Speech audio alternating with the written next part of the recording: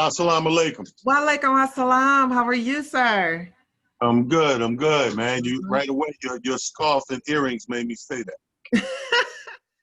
Do I give myself away? I'm not even Muslim, but I felt obligated to answer Exactly. the question. I felt like I Yes, better answer yes, this shit ma'am. right. So, you know what I mean? What's good with you? I'm great. I'm so happy to have you today. Thank you so much for coming on to my little teeny tiny channel here. I definitely appreciate you.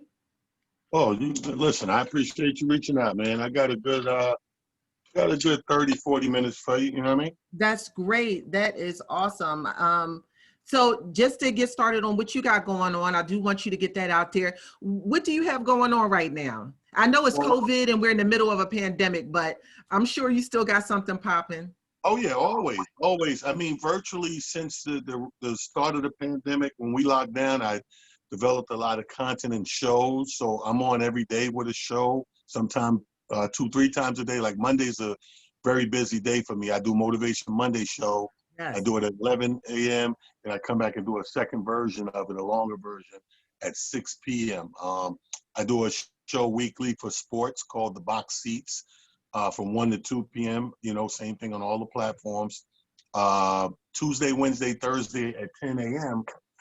I jump on with a podcast on Twitter, Facebook, and Instagram called Divided States of America. So it's a political news show, opinionated news show where we take stories that happen on a daily basis, splatter them on the wall, and try to dissect them and because we're such a divided country, try to come with solutions and talk about stuff to talk our way back to being what they want to call the United States of America. Um, and then on Friday, I do race debaters with a friend of mine named Amir Silly. We go back and forth with race issues. Sunday we have fun with Sunday stories and soundtracks. We pick a soundtrack from a movie or an artist, and we match it to going back and forth with some funny stories. It's a pure unrated show that be all over the place. We don't know if it's going to be violence, sex stories. We don't know if we're going to find out the DNA. You are not the father. We don't know. That's And then at awesome. nighttime, I got my music show. So at nighttime, I do my Bump and Grind Cafe, my Twitter After Dark, where I like to dig in the crates and bring out my DJ skills.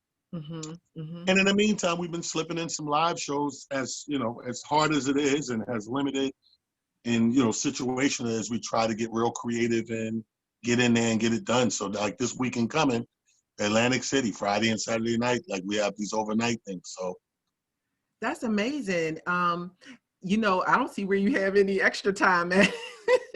But I did hear Donnell Rawlins say that one of the areas during this pandemic where people are thriving is in comedy. You guys you have the ability to go live and really still engage with your fan base and things like that. Have you found it to be actually more beneficial to you since the pandemic started? well, I mean, it's one of those things where I can't say more beneficial. Mm-hmm. Because everything's a two-edged sword. We won't know how beneficial it is until right now. To me, you're creating content. You're running a race, so to speak. You're not at the end of the marathon.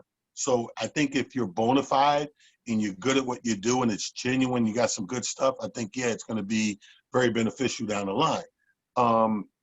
But we all know that everybody that on social media on these things are not good content. Just because you're on there doesn't make it like you got good stuff, you know what I mean? Or worthwhile stuff, or people are engaging, or whatever the case may be. But I do say that during the pandemic, we got to prevail, come out the other side better than the way we went in. Mm-hmm. And with that being said, it's like all of these things that I just mentioned, all the things that I'm doing, it's things I always had a plan to do, but the plan wasn't until the end of the year or next year fall or whatever the case may be. All the pandemic did in quarantine and all that is speed everything up and push these things to the forefront. Because now you can't do all these things. It did a shuffle, if you will. So that the virtual stuff and the content creating stuff that was going to be on the back burner has moved to the front burner because the physical stuff, you can't go in an arena and do your comedy concert. You can't go in a comedy club and do a full weekend all over the country. Like, don't get me wrong, there's pockets where you can work, but is it the same? Absolutely not. Right, right. Speaking of that, there have been some comedians that had a good year, like we said, and then also that have had, you know, a little trouble. I wanted to know what your thoughts on Nick Cannon's situation with him getting fired from Wild 'N Out. How do you have any thoughts on, you know, what happened to him, you know, the rise actually and fall of Nick Cannon, or do you think he's out for the count? No, I don't think he's out for the count. Nick Cannon is very creative. I give him a lot of credit that he will bounce back with the next great thing. I don't feel sorry for him because a lot of us, and keep your eye open for this nowadays. What's going to happen is here comes the flip side. You know how we always get on our counterparts as abuse of power, like cops, abuse of power. This, you know, politicians, abuse of power. That. Keep an eye open for Black people to start abusing the climate right now. The climate is great for us because people have to take notice and do their part on diversity and in equal leveling the playing field, so to speak. But then you got those people, some of them are going to be artists, some of them are going to be producers or promoters or marketeers or whatever. But really what they are is going to be people that exploit that opportunity. So a lot of people who need to get it probably won't get it because of the exploiters being in the way. Nick, I don't feel sorry for him because you had way more time than to build ownership of what you're fighting for. Like, you know, oh, they raped me. No, people can't rape you. People can't rape you.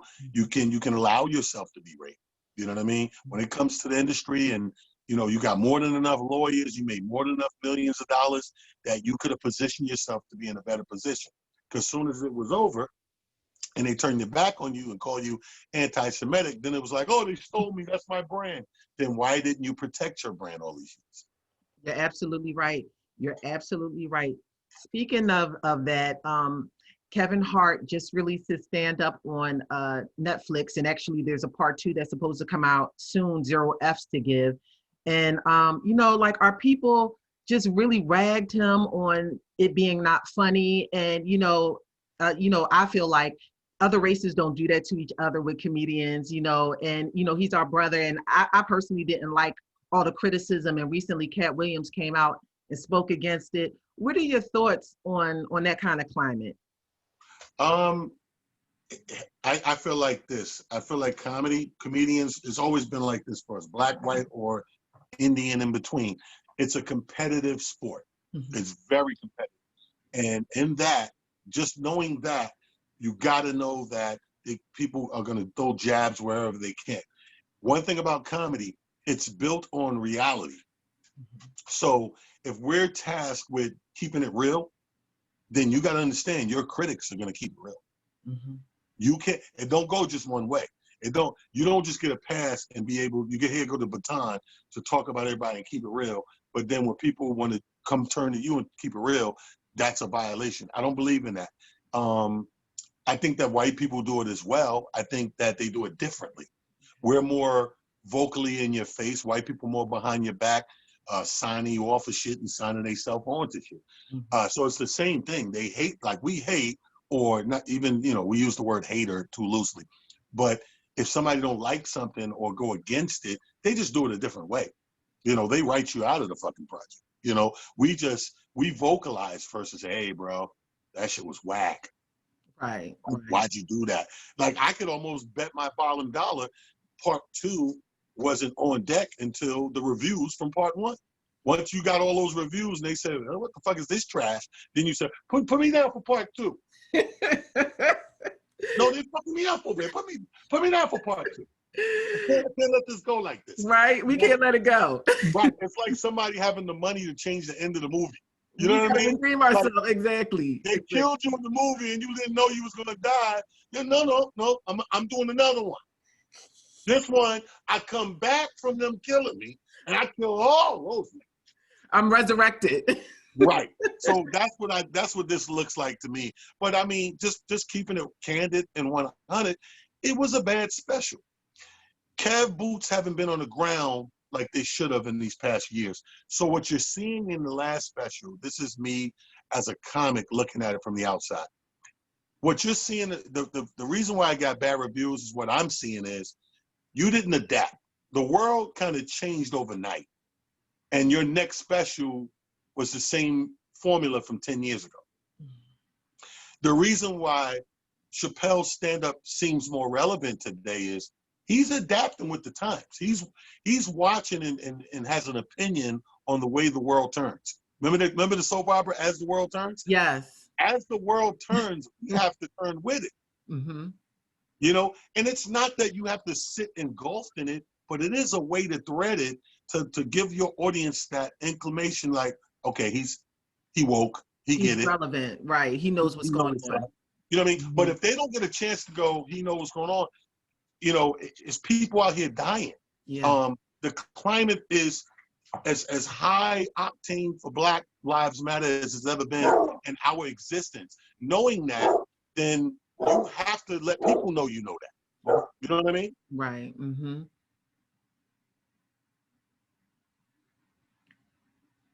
I got to shut the killer up. You know what I mean? What kind of dog you got? Oh, I got 5 pit bulls. Yes, our pit died, but we had a pit. We had a red nose. He was Well, one of if you the. need a puppy, let me know. My female's pregnant. Oh, really? I surely will. But I got your January, pet we should be now. dropping. Beautiful animals. I love pits. Very loyal. Very Very loyal, loyal. loved me, protected me, and was great with kids. Believe it or not, people don't believe Yeah. that. I have 3 kids, and he was just awesome with the children. Listen, let me tell you something. The reason I got involved with pit bulls because they remind me of the exact same plight of the Black man. Yeah. You know, they stereotype them and they move around them accordingly. So you have to, there's this constant fight and advocacy to show people that this is a very loyal dog and can grow up and act and conduct himself how his trainer, family, you know, how they conduct it, you know, how they want him to be conducted. It's funny you say that because, and I know we're getting off topic, but our dog, he didn't know he was a pit, you know, and that, like you said, just relating it to the Black man, it's funny that you made that, you know, connection because we're just who we are, you know what I mean? And we don't see ourselves as a threat, you know what I mean? But if you attacked me or if you came at me, he would stand up on you, you know, and he would definitely show his authority and that he, you know, you weren't going to hurt anybody in his family. And it's so funny. I never thought of it like that, but that was really good. Think about it. Like the pit bull is the epitome of how the Black person has been treated in over decades because they broad stroke us. You know what I mean? A Black man in a hoodie is a killer, a robber, a drug dealer. How about a hoodie was made because it gets cold outside? Yeah. This is why the hoodie was made. Mm-hmm. I got one on right now because it's cold and I'm walking my dogs in and out the house. I put this on to be warm. But if you get somebody, one guy robs somebody somewhere and he had a hoodie on, then the hoodie becomes the uniform of evil and bad and threat. That's what they did with a pit.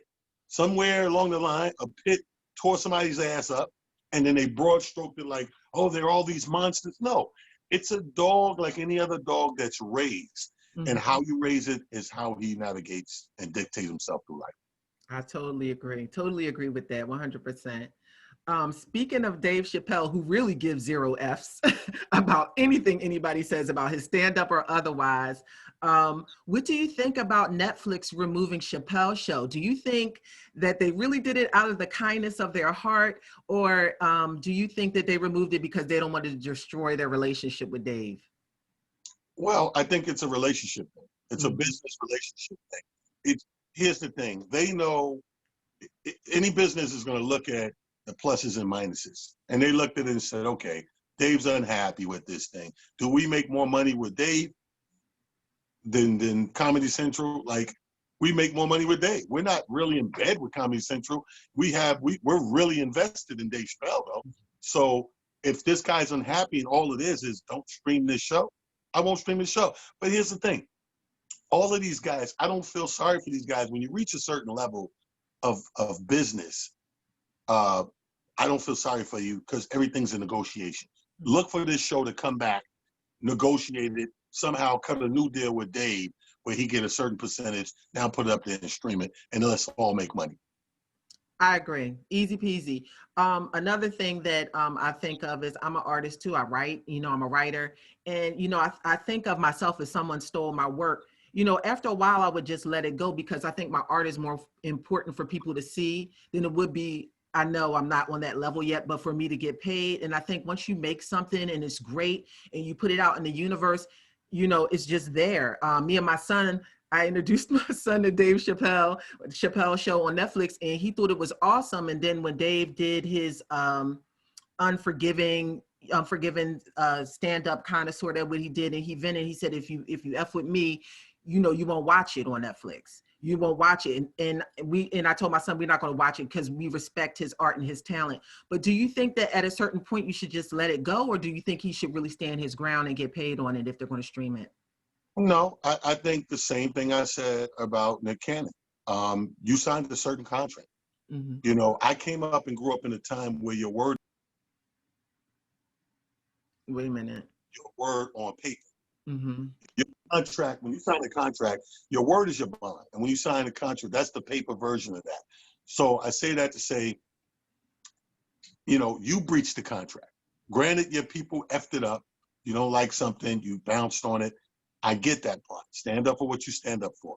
However, in the contractual legal sense, that's theirs. You know, you breached. It's theirs. It's theirs to do whatever with it. Even your lawyers told you that. Even your agent told. Everybody in the game told you that because that's what it is.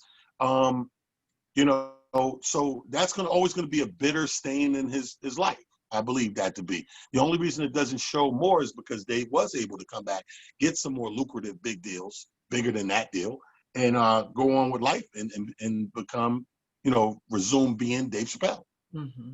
I Mm-hmm. mean, to me, it's so silly, but I get business. You're not going to let it go because, again, you're going to cut that deal. It will be streaming again. You'll get a kickback from it or whatever. Call it a truce or whatever the case may be.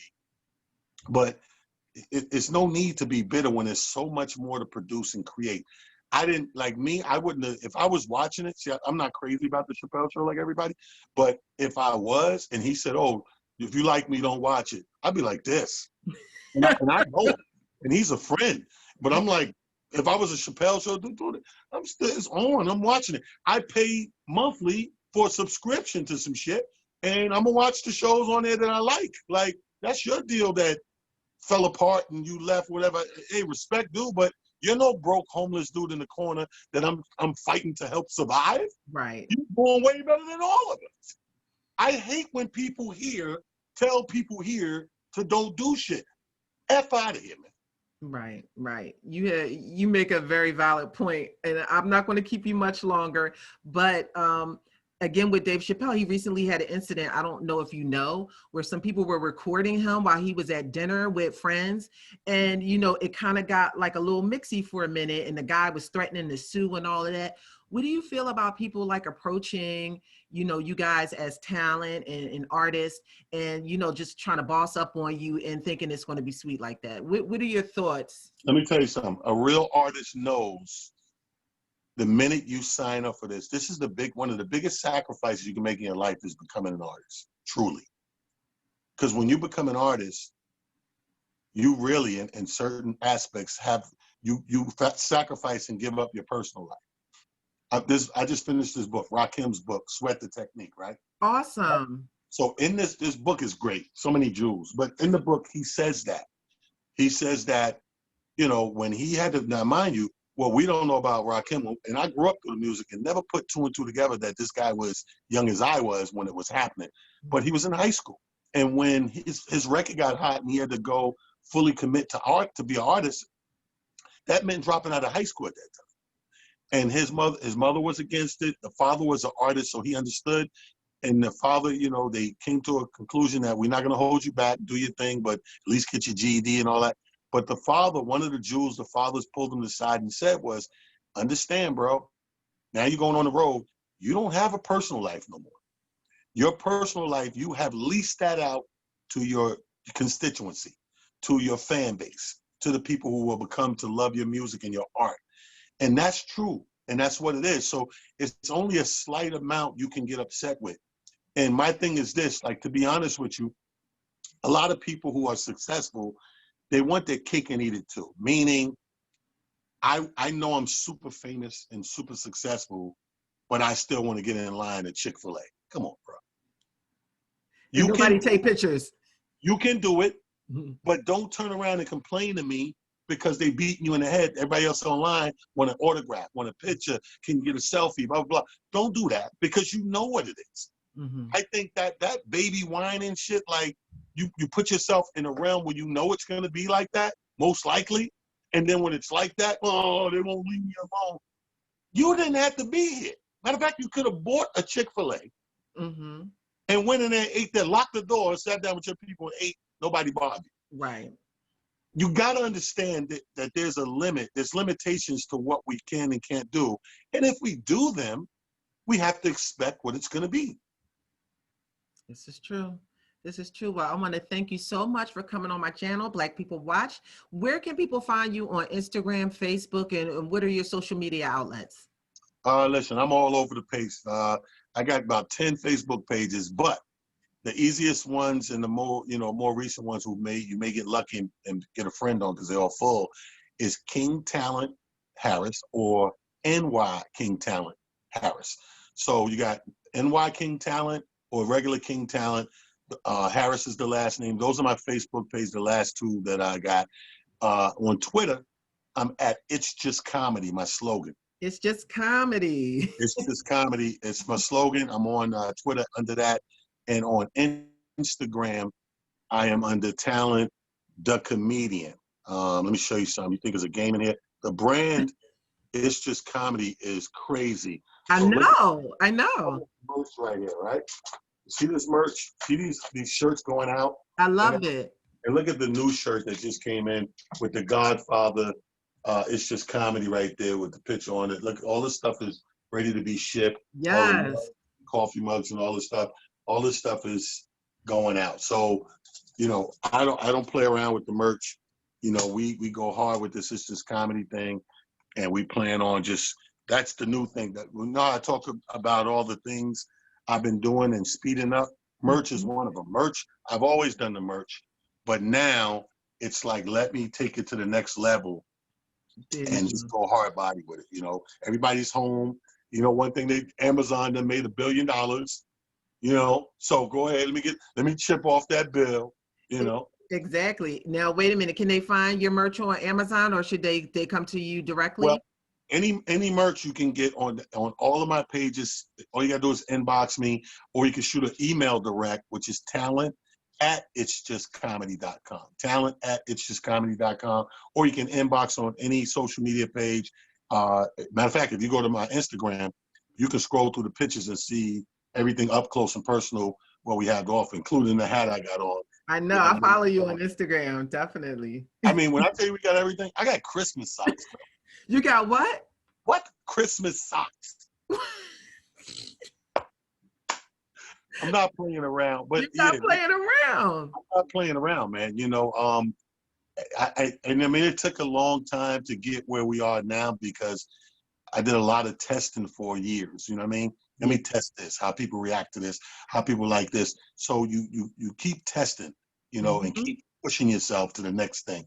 So it is what it is, man. Don't take none of this stuff personal. It's just comedy. Comedy. That's a classic line. We're 30 next year. 30 years. Wow, 30 years. Well, congratulations to you. You're doing great. I'm glad to see you're still hustling out here in these streets, making your money and, staying positive during this trying time. Let me tell you what I'm not doing. I'm not bullshitting. I'm not cursing out Viacom. I'm not cursing out Comedy Central. I'm not cursing out my fans for taking videos and pictures. And more importantly, Kevin Hart, I'm not putting out whack shit. No beef in these streets. I'm funny. You're real funny. You're mad funny. Thanks again for your time today, Talent. Love. Blessings to you, my brother. I appreciate you, Queen. All right. Bye-bye now.